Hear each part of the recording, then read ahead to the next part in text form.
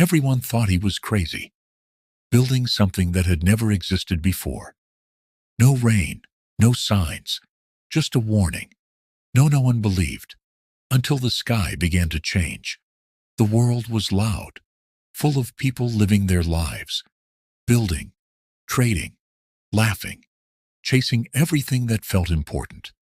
But something wasn't right. Violence had become normal. Greed had taken over. People no longer cared about what was right, only about what they wanted. And while everyone else kept going, one man noticed: Noah. He wasn't a king. He wasn't powerful. He didn't have influence or status. But he had something rare. He listened. And one day, everything changed. God spoke, not in a whisper, not in a feeling, but in a message that would change the course of the world forever. Build an ark. A structure unlike anything ever seen before. Massive, detailed, specific, because what was coming would wipe everything away. Imagine hearing that. No storms, no history of floods, no sign that anything was about to happen. Just a command, a warning, and a choice. Trust or walk away. And this is where most people would hesitate, doubt, question, wait for proof. But Noah didn't. While others laughed, he started building, day after day, under the same clear sky. He worked, wood by wood, piece by piece. The ark slowly began to take shape. At first, it didn't make sense to anyone watching. A giant structure, far from any ocean, rising in the middle of dry land. People gathered, watching, whispering. What is he doing? Why would anyone build something like that? Has he lost his mind? And maybe, to them, he had, because faith often looks like madness before it makes sense.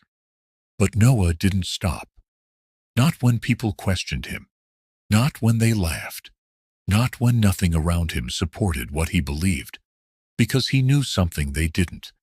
And then, something even stranger happened. Animals began to arrive. Not randomly, not in chaos, but with purpose, 2 by 2, from every direction. Creatures that should never have crossed paths, now walking side by side, calm, focused, moving towards something they couldn't fully understand, but somehow trusted. And for the first time, something felt different. But even then, the sky was still clear. No clouds, no rain, no sign that anything was about to change. Just silence and doubt.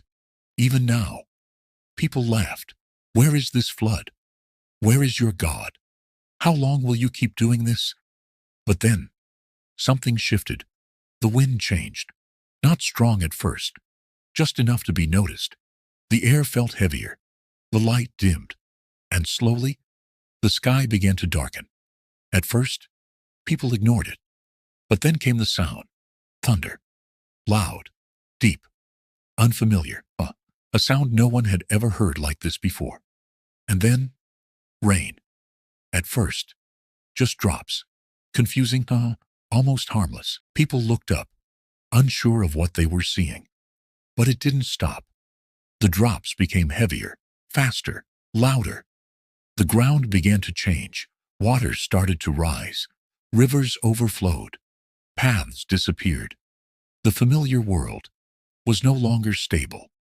And suddenly, everything made sense. The same people who laughed now ran. Panic spread. Voices turned to screams. What is happening? Make it stop. But it was too late, because the warning had already been given and ignored. Inside the ark, everything was still. The animals had settled. The doors stood open for the final moments. And then they closed, not by Noah, but by something greater. And outside, the storm took over. The rain didn't stop. It didn't slow down. Days passed, then weeks. Water covered everything. Houses disappeared. Land vanished. Mountains slowly faded beneath the rising flood. The world they knew was gone, completely. But inside the ark, there was life, protected, preserved, waiting. Time passed differently there, not measured by days, but by patience, waiting for something to change. And eventually, it did. The rain stopped. Silence returned. Slowly, the water began to fall back. The sky cleared. Light broke through again. And for the first time, there was hope. Noah stepped out into a world that felt unfamiliar, but full of possibility, not destroyed, but reset. And in that moment, everything made sense, because this was never just about a flood. It was about trust, when nothing around you supports it. Faith, when no one believes you. Obedience, when it doesn't make sense. And the courage to keep going, even when the entire world is laughing at you. Because sometimes the warning comes before the storm. Sometimes the signs are ignored. And sometimes the difference between surviving and losing everything comes down to one decision: to listen or not. And what you do next changes everything.